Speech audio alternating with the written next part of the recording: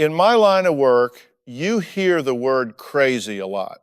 It's a label, a shorthand people use when a behavior is so far outside the lines they can't comprehend it. It's a way to dismiss, to categorize, and to stop asking questions. But I've learned over the years that crazy is almost always a symptom, a desperate, flawed solution to a problem that no one else can see. And I've never seen a clearer case of this than when a woman named Jenna was brought to my stage by a family at the absolute end of their rope. When I first reviewed her file, the story was, on the surface, textbook. A 30-year-old woman, intelligent, had a good job, a life, or at least she used to. Now, she was defined by one thing, her obsession with her ex-boyfriend, Mark. The family, her mother, her older brother, they painted a picture of a complete breakdown. They said she was stalking him, not just calling a few too many times, but driving by his house at all hours, following him to work, creating fake social media profiles to monitor his every move. They showed me copies of a temporary restraining order Mark had filed. They were terrified, not just for him, but for her. They saw her throwing her life away, spiraling into a delusion she couldn't escape. They used words like unhinged, manic, dangerous. And looking at the evidence they presented, you'd be hard-pressed to disagree. The behavior was undeniable. It was erratic, it was illegal, and it was self-destructive. The central problem seemed glaringly obvious. A woman who couldn't accept a breakup and had devolved into a dangerous obsession. But something in the preliminary interviews I did with Jenna herself didn't sit right with me. When you've talked to as many people as I have, you develop a certain instinct. You learn to listen past the words and hear the music. The family's music was one of pure, panicked fear and frustration. It was loud and clear. Jenna's was different. It wasn't the high-pitched, frantic tune of pure obsession I was expecting. There was a current of something else running underneath it, a strange, steely resolve. It was a note of desperation, yes, but it was also a note of profound, bone-deep conviction. She wasn't just crying that she missed him. She was trying to tell me something. She kept saying, no one listens. They hear the word stalker, and they shut down. But there's a reason. There's something he did, something he's hiding, and I'm the only one who knows. This is where the story gets complicated, because on the one hand, you have to deal with the facts. The fact is, her behavior was unacceptable. It was crossing boundaries and breaking the law. There's no excuse for that, and I was fully prepared to tell her so. You can't control what other people do, but you are 100% responsible for how you respond. Her response was unhealthy and unsustainable. But on the other hand, you can't ignore the why.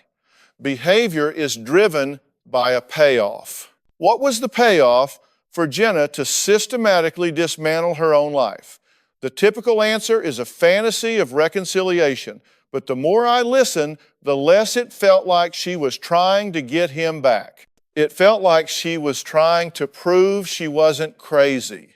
It was an attempt, however misguided, to find validation for a reality that everyone else in her life was telling her was a figment of her imagination. And that is a very different psychological driver. A person trying to win back a lost love acts one way. A person trying to prove their own sanity in the face of universal disbelief acts another. Jenna's actions looked like the former, but her core motivation, I suspected, was the latter.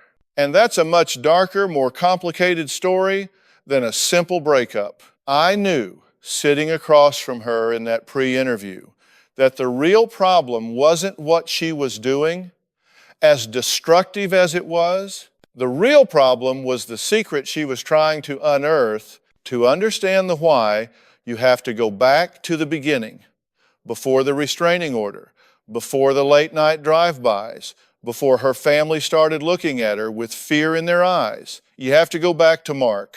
Listening to her family, and even to Jenna in her calmer moments, Mark sounded like a fantasy. He was a financial advisor, handsome, impeccably dressed, and overwhelmingly charming. He didn't just charm Jenna, he charmed everyone. Her mother thought he was the son-in-law she'd always dreamed of. Her brother, who was typically protective and skeptical, was won over after a single afternoon watching football with the guy. He remembered everything you told him. He asked about your sick aunt. He brought your mother's favorite flowers, not just any flowers. He was a master at creating an image of perfection, of being the one person who finally got it. Jenna described their relationship as a whirlwind. For the first year, it was perfect. Or, what passes for perfect? He was attentive, loving, and supportive. They talked about the future, about marriage, about kids. He was helping her with her finances, setting up investment accounts, talking about building a life together. She trusted him implicitly. Why wouldn't she? Every single person in her life was reflecting back to her that this man was a prize, that she was lucky. The world she lived in was a consensus reality where Mark was the good guy. And when your reality is built on such a solid, shared foundation, it takes a seismic event to crack it. Jenna's seismic event came not with a bang, but with a piece of mail. A pre-approval notice for a home loan addressed to her from a bank she had never dealt with. It was for an amount that made her stomach turn. She thought it was junk mail, a mistake. But something about it bothered her. She started digging, and what she found was the start of the nightmare. She found evidence of credit cards in her name that she never applied for, with balances that were astronomical. She found statements for a personal loan she never signed for. It was all tied to an address she didn't recognize in a town she'd never been to. And the signature on the copies of the applications, it was a near-perfect forgery of her own. When you uncover a betrayal of that magnitude, your world shatters.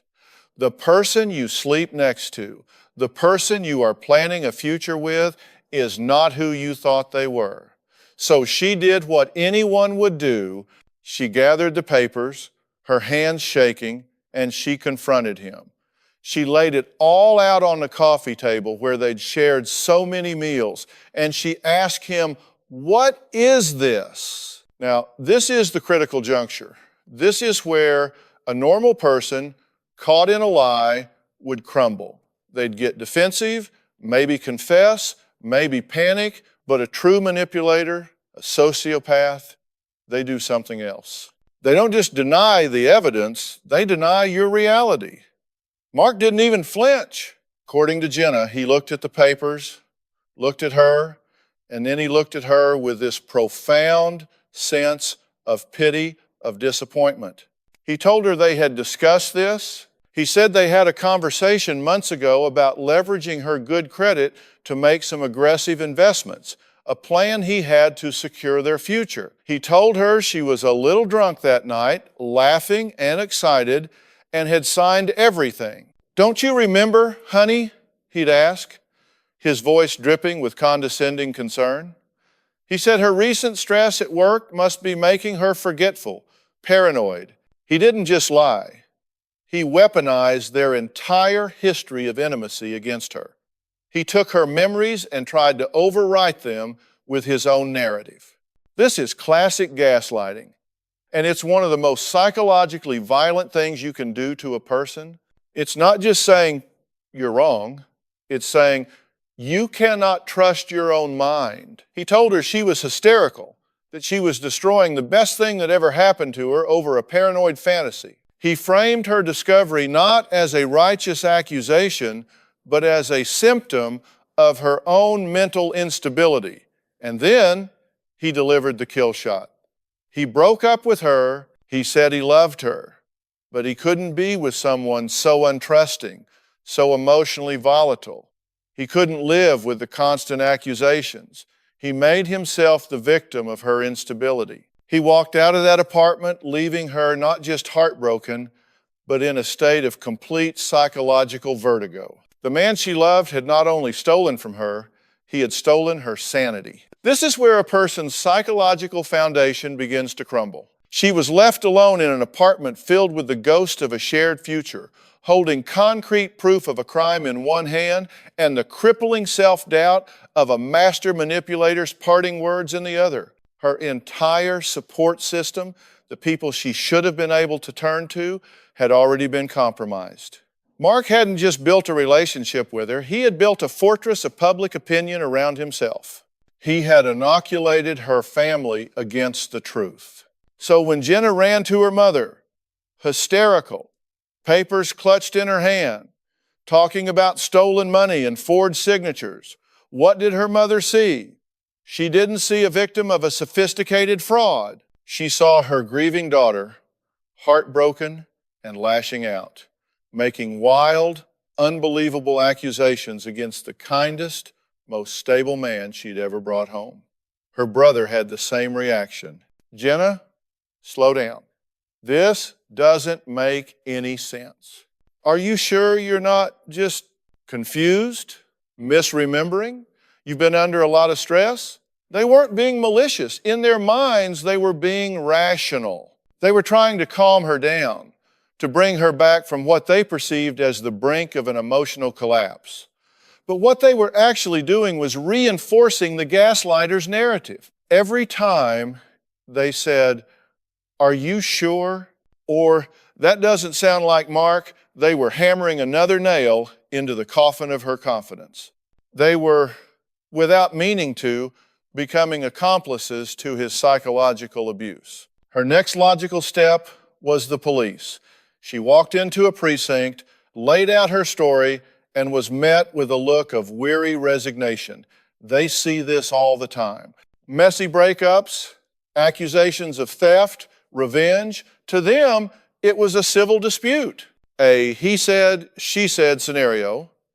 Mark, when contacted, was calm, cooperative, and concerned. He explained that it was all a misunderstanding, a joint financial venture that Jenna was now mischaracterizing out of anger and heartbreak. He had documentation of their life together, emails where they discussed their future. It was his word, the word of a calm, rational man against hers, a woman who by that point was becoming increasingly frayed and frantic. The system is not designed to untangle this kind of intricate psychological manipulation. It looks for clear evidence, and Mark had muddied the waters so thoroughly that there was nothing clear left. She left the police station feeling more alone and powerless than ever. This is the point where the pivot happens. This is where desperation rewires the brain. Every official door had been shut in her face. Her family thought she was delusional. The law saw it as a lover's spat. The world Mark had built was holding strong, and she was on the outside, screaming into the wind. So a new toxic logic took root. If no one would believe her words, she would have to find proof they couldn't deny. If Mark was a liar and a thief, he wasn't just doing it to her.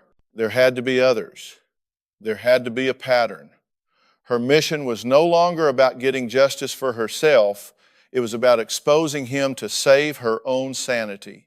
The so-called stalking began not as an act of romantic obsession, but as a forensic investigation conducted by a traumatized victim with no resources. The drive-bys weren't about seeing if he was with a new girlfriend. They were surveillance. She was logging his comings and goings, looking for meetings that didn't fit his professional life, looking for other women who might fit the profile of a potential victim. The fake social media accounts weren't to look at his pictures. They were an attempt to track his spending, to find evidence of the lifestyle being funded by her stolen credit. She was hunting for the one piece of evidence that would blow his story apart and prove she wasn't crazy. But from the outside, her behavior was indistinguishable from a classic, dangerous obsession. She looked exactly like the person Mark told everyone she was. And of course, he used it against her. He would call her mother, his voice filled with feigned terror and pity. I just want you to know, Jenna was parked outside my house again last night for hours. I'm really getting scared, not just for me, but for her. She needs help. He was a virtuoso of manipulation, using her desperate actions as the final brushstrokes on the masterpiece of her supposed insanity. The restraining order was his checkmate. It wasn't just a legal document, it was a public declaration, a stamp of officialdom on his narrative. Now, when she tried to tell her story, people could just point to the paper and say, the court agrees he's the victim here. The conflict with her family escalated into a full-blown crisis. There were interventions, shouting matches, tears. They begged her, they pleaded with her, they threatened her. You are throwing your life away for a fantasy, he's gone. You have to stop this or you're going to end up in jail or a psychiatric hospital. They were trying to save her from a fire, but they couldn't see that she was already burned, and they were pouring gasoline on the embers. This is why they came to me. It was their Hail Mary.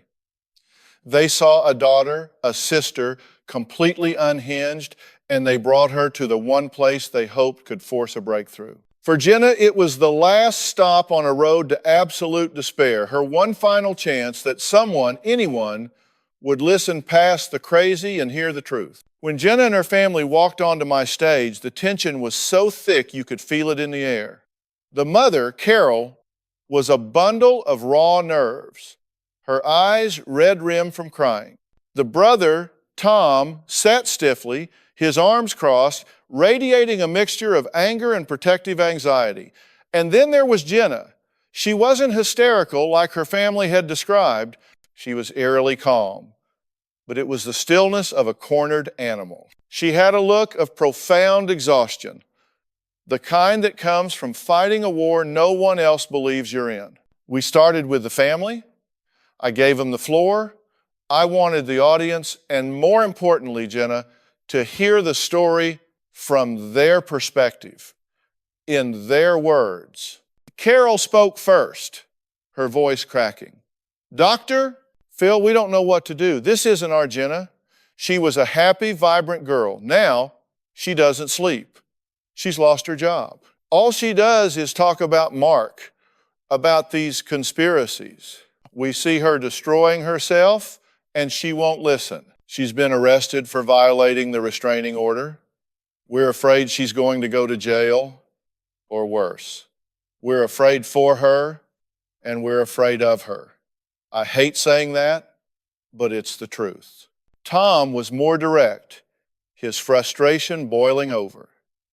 It's a delusion, Dr. Phil, a complete fantasy. Mark is a good guy. He's moved on. We all liked him. This story about him stealing her identity, forging documents, it's insane. We've tried to get her into therapy. We've begged her to let it go. But she's obsessed. She's chosen this obsession over her own family. Every word they spoke was another brick in the wall of her isolation. I watched Jenna as they talked. She didn't cry. She just sat there, her jaw set, absorbing the narrative that had defined her for months. The narrative of the crazy ex-girlfriend. She was being publicly pathologized by the two people in the world who were supposed to be her staunchest allies. I let them finish, letting the weight of their fear and pain settle in the studio. Then I turned to Jenna. Jenna, I said, looking her straight in the eye, you've heard them. They love you. They're terrified. They believe you are living in a delusion. Is that what's happening here? Are you a woman scorned, unable to let go of a failed relationship? And that's when the steely resolve I'd seen in the pre-interview came flooding back. No, she said, her voice quiet but firm. That's the story he wrote for me. That's the story they believe. But it's not the truth. I leaned forward. Then tell me the truth. For the next 20 minutes, I didn't interrupt her. I let her talk. I let her lay out the entire story, from the first piece of mail to the condescending dismissal from the police. I had her walk me through every detail of the fraud she was claiming. She wasn't vague or emotional. She was precise. She cited account numbers, dates, bank names. She described the exact way Mark had twisted her words, the specific conversations he had reframed. This wasn't the rambling of a person lost in delusion. This was the testimony of a witness. A traumatized witness, yes, but a credible one. As she spoke, I watched her family. I could see the conflict in their faces. They wanted to believe her. But the alternative, that the charming, perfect man they'd welcomed into their home was a predatory sociopath, was too jarring, too far outside their reality. When she finished, the studio was quiet. I let her last words hang in the air. Then I turned back to her family. Carol, Tom, I said, I want to ask you a question. You say, this behavior is recent, that this isn't the Jenna you know. Was she prone to fantasy before this? Did she have a history of making things up, of being paranoid? Carol shook her head immediately. No, never. She was the most level-headed of all of us. Always. Okay, I said. So a woman with no history of this kind of behavior, who you describe as level-headed, suddenly, after a breakup, invents a complex, detailed financial conspiracy. Does that seem more likely than the possibility that you were all fooled by a very charming, very convincing man? You could see the first crack in their certainty. Tom shifted in his seat. But Dr. Phil, the restraining order, the police saw a messy breakup, I countered. And a restraining order is a piece of paper that a man who is calm and articulate can get pretty easily against a woman who is, by her own admission, emotional and showing up at his house. All that proves is that he's a better actor than she is. Let's talk about behavior. Jenna, your behavior has been destructive. Driving by his house, violating court orders, you do understand that you are handing him the very ammunition he is using to discredit you, right? You are playing the part he wrote for you. This was the first time I challenged her directly. Her eyes welled up. I know, she whispered, but I felt so helpless. I felt like if I didn't do something, if I didn't find that one piece of proof, I would actually go crazy. I had to prove it wasn't just in my head. I get that, I said. I really do, but your strategy is failing. It's not working. You're not gathering evidence. You're gathering charges. You're not proving your sanity. You're providing proof of your instability. You have to change the strategy. This was the breakthrough moment. It wasn't about telling her she was wrong. It was about validating her reality while invalidating her methods. I could see the shift in her posture. For the first time, she wasn't just defending herself, she was listening. With that small opening, that flicker of acknowledgement that her strategy, not her reality, was the problem, I knew we could start to get somewhere. The core issue had to shift. The focus couldn't be on Mark anymore. That was a black hole that had already consumed a year of her life, her job, and her relationships. The focus had to be on Jenna and on reclaiming her power and her credibility. Jenna, I said, my voice calm but firm. Right now, your life is 100% about Mark. What he did, what he's doing, proving what he is. You've given him complete control of your narrative. He's the star of your show, and you've cast yourself as the crazy stalker. We have to fire him from that role. Starting today, this is no longer about him, it's about you. I turned to her family. And for you two, you have been unintentionally siding with the enemy. You haven't meant to, but you've been reinforcing his narrative because it was easier to believe your daughter was heartbroken than to believe she was the victim of a predator. That stops now. Right now, she doesn't need judgment. She needs a forensic team. She needs allies. Are you willing to be that for her? Her mother, Carol, started to cry. But this time, it was different. It wasn't the weeping of fear, it was the weeping of regret. Yes, she said, looking at Jenna. Oh, honey, I am so sorry. We should have listened. We should have believed you. Tom nodded, his own eyes glassy. We got it wrong, Jen. I'm sorry. That moment was the linchpin. The family, the source of her deepest invalidation, was finally coming back to her side. You could see the years of tension drain from Jenna's shoulders. The fight wasn't just hers anymore. But apologies don't fix the problem. Now, we had to build a new plan, a real plan, okay? I said, shifting into a more directive tone. Here's what's going to happen. First, Jenna, you will have zero contact with Mark. None. No drive-bys, no calls, no social media, nothing. You block him on everything. You give your phone to your mom if you have to. The restraining order is now your shield, not his weapon. You will obey it to the letter. Any violation from this point on is a choice to self-destruct, and we're not doing that anymore. Do you understand? She nodded, a determined look on her face. Yes. Second, I continued, we stop playing detective and we start acting like a CEO of a legal case. Your family is going to help you pool your resources, and the first call we make when we leave this stage is to a forensic accountant. Not a regular accountant, a forensic one. Someone who is trained to follow the money, to find the digital fingerprints, to uncover exactly this kind of sophisticated fraud. They will tear apart those loan applications and credit card statements in a way the police can't or won't. Third, you need a new lawyer. Not a divorce lawyer, but a tenacious civil litigator who specializes in fraud and identity theft. We're going to hand him the forensic accountant's report, and we're going to build a civil case against Mark for every single penny he stole from you, plus damages. We're going to stop trying to convince the world he's a bad guy and start proving in a court of law that he's a thief. I laid out each step with absolute clarity. This was no longer about emotion, it was about strategy.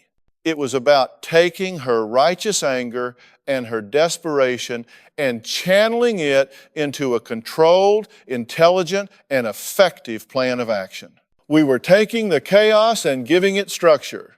For every destructive behavior she had engaged in, I offered a constructive, powerful alternative. Instead of driving by his house, you're going to be on the phone with your legal team. Instead of creating fake profiles, you're going to be gathering legitimate documentation. We were changing the game from his turf to hers. Finally, I looked at her, and this was the most important piece.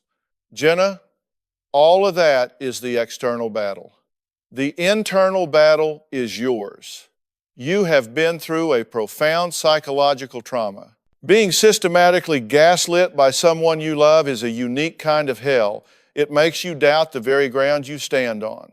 You need to get into therapy with a professional who understands psychological abuse and trauma. You need to rebuild your sense of self, your ability to trust your own judgment, which he so carefully tried to dismantle. The legal case is about the money. The therapy is about getting you back. By the end of the show, the entire dynamic on that stage had been transformed. Where there was once a fractured, terrified family pointing fingers at a supposedly unhinged daughter, there was now a unified team with a clear mission. Carol and Tom were no longer her accusers, they were her chief lieutenants. And Jenna was no longer the frantic, cornered victim. She was a survivor, armed with a plan, and for the first time in a very long time, with hope. They walked off that stage not with all their problems solved, but with a roadmap out of the hell they had been living in. The work was just beginning, but the war had finally shifted in their favor. The narrative of the crazy stalker was dead. The narrative of the resilient survivor fighting back was just beginning. Of course, what happens on my stage is a beginning, not an ending. It's an intervention, a course correction. The real work, the grinding, day-to-day effort of rebuilding a life happens off camera. The outcome for Jenna and her family wasn't a sudden Hollywood-style victory. It was a slow, arduous process that tested their resolve in ways they couldn't have even imagined. The first step, as we'd planned, was hiring the forensic accountant. It was expensive, and it took time. For weeks, Jenna and her mother spent hours hunched over a dining room table, gathering every scrap of paper, every old email, every bank statement they could find. It was emotionally grueling work. Every document was a reminder of the betrayal, a monument to the life she thought she had. There were moments of doubt, moments where the sheer scale of the deception felt overwhelming. But now, she wasn't alone. When she would hit a wall of despair, her mother or brother was there to make a pot of coffee, to talk it through, to remind her of the mission. They were rebuilding their trust in her, and in doing so, they were helping her rebuild her trust in herself. The forensic accountant's report was the first real taste of vindication. It was a cold, hard, factual document devoid of emotion that laid out the fraud in undeniable detail. It traced the money from accounts opened in her name to shell corporations and personal accounts belonging to Mark. It even uncovered a second woman in a neighboring state who was going through a remarkably similar experience. Mark wasn't just a con artist, he was a serial predator. He had a system. He targeted successful, trusting women, charmed their inner circles, entangled their finances, and then used psychological warfare to discredit them when they got too close to the truth. Seeing it all laid out in black and white was horrifying, but it was also liberating. It was the proof. It was the anchor to reality that Jenna had been so desperately seeking. It wasn't in her head. It was real. Armed with this report, their new lawyer filed a comprehensive civil lawsuit against Mark. This is where things got ugly. Mark didn't just roll over. He fought back, and he fought dirty.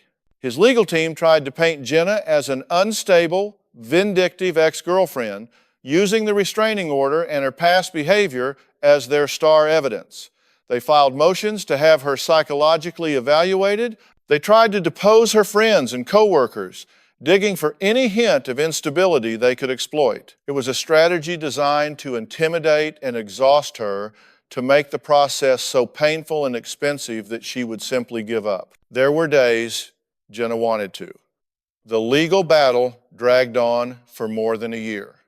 The depositions were brutal.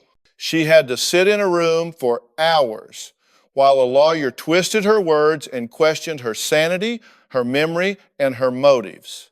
It was a re-traumatization, a professional, high-stakes version of the gaslighting Mark had subjected her to.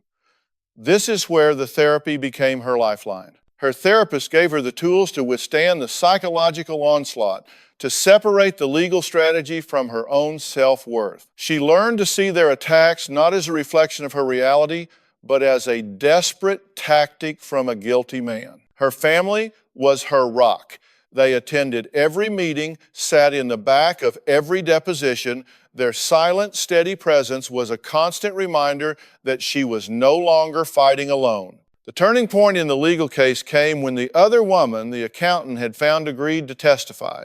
Her story mirrored Jenna's almost perfectly. The charm, the financial entanglement, the sudden, vicious turn when she discovered the fraud, the gaslighting, With a documented pattern of behavior, Mark's defense began to crumble. His image as the calm, rational victim was shattered. Faced with overwhelming evidence and the prospect of a devastating public trial, he finally agreed to settle. The settlement was significant.